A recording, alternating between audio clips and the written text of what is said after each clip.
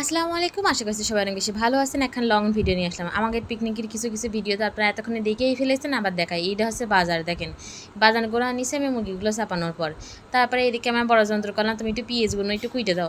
পেঁয়াজ কুটলে আমার চোখের মধ্যে বিশাল জ্বালা করে, জ্বালাপালা। যদিও আমিও কিছু কুটিলাম, আর এদিকে আমার বড় যন্ত্র কুইটিল। তারপরে আমি এদিকে গোস্তগুলো কেটে নিয়ে ধুয়ে নিয়েছি, ঝাঁকানাকা করে ধুয়ে নিয়ে তার মধ্যে একখান বড় কড়াই বসিয়ে দিয়েছি। বড় কড়াইয়ের মধ্যে গাদাখানে কিসা মতো তেল দিয়ে দিয়েছি। তেলগুলো দিয়ে এনে তার মধ্যে ইচ্ছা মতো দিয়ে দিয়েছি পেঁয়াজগুলো একটু মোটা মোটা করে, কারণ আমি আমার বড় যন্ত্র করেছি, দুইজনই পারদর্শী না। তার মধ্যে আমি একটুখানি আদা দেবো, সাদার বয়লা মুরগির মধ্যে একটু আদা দিলে এবার ভালো লাগে। তার মধ্যে একটু আদা থেতো করে নিলাম। এবার এইদিকে তেজপাতা দিয়ে নিয়েছি, তার মধ্যে রসুন বাটা দিয়ে নিয়ে তার মধ্যে হলুদ গুঁড়ো, লবণ, তার মধ্যে দিয়ে দিলাম ঝাল গুঁড়ো, এক এক করে সব মশলাপাতি দিয়ে মশলাটা কষে নিয়েছি। মশলাটা কষানোর পর যে তেল উঠে এসেছে, তখন আমি ঢেলে দিলাম গোস্তগুলো ঢেলে নিয়ে এবার আমি আর নাড়তে পারছিলাম না, তাই ক্যামেরাটা অফ করে নিয়ে এবার নাড়াচাড়া শুরু করলাম। নাড়াচাড়া করে নিয়ে এবার কষানোর জন্য ঢেকে দিলাম।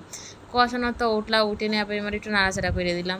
এবার নাড়াচাড়া করে যে দেখি যে তেল ছেড়ে দিয়েছে, এবার তাড়াতাড়ি করে এর মধ্যে এবার ঝোলের জন্যই পাড়িয়ে দিলাম।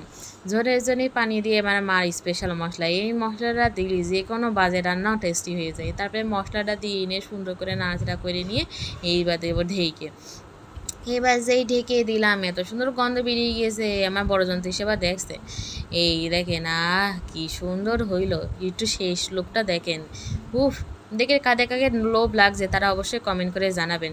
এবার এইদিকে খিচুড়ি রান্না করতেই হবে। এবার আমি খিচুড়ি রান্নার প্রস্তুতি নিচ্ছি। দেখেন কত বড় একটা হাঁড়ি, পানি কিন্তু একবার ধুইলাম না, মানে 5-6 বার ধুইছি চাইলটা, 5-6 বার ধুইছি, কারণ অনেক চাল ছিল এই জন্যই। এবার সুন্দর করে ঝাঁকানাকা করে ধুয়ে নে তার মধ্যে রসুন বাটার, পেঁয়াজ, ঝাল সব কিছু দিয়ে দিলাম। আর আমার মার স্পেশাল মশলা ধনে জিরে গুঁড়ো, আর দিলাম গাদাখানিক তেল। আর সবার লাস্টে খিচুড়িটা যখন হয়ে আইলো, খিচুড়িটা তখন দিয়ে দিলাম একটুখানি ঘি, একটুখানি না মেলাখানি ঘি দিলাম। আর এত সুন্দর গন্ধ বেরোইলো ঘিটা। আমি আবার খিচুড়িতে ঘিটা ভালো প্রেফার করি এই জন্যই, কারণ খুব সুন্দর সেন্ট বেরোয়, খেতেও খুব মজা হয়। আর এই দেখেন খিচুড়ির ফাইনাল লুকটা এত সুন্দর হইলো। আর এইটা খিচুড়ি, আর এইটা হচ্ছে আমার হাতের স্পেশাল গোস্ত রান্না।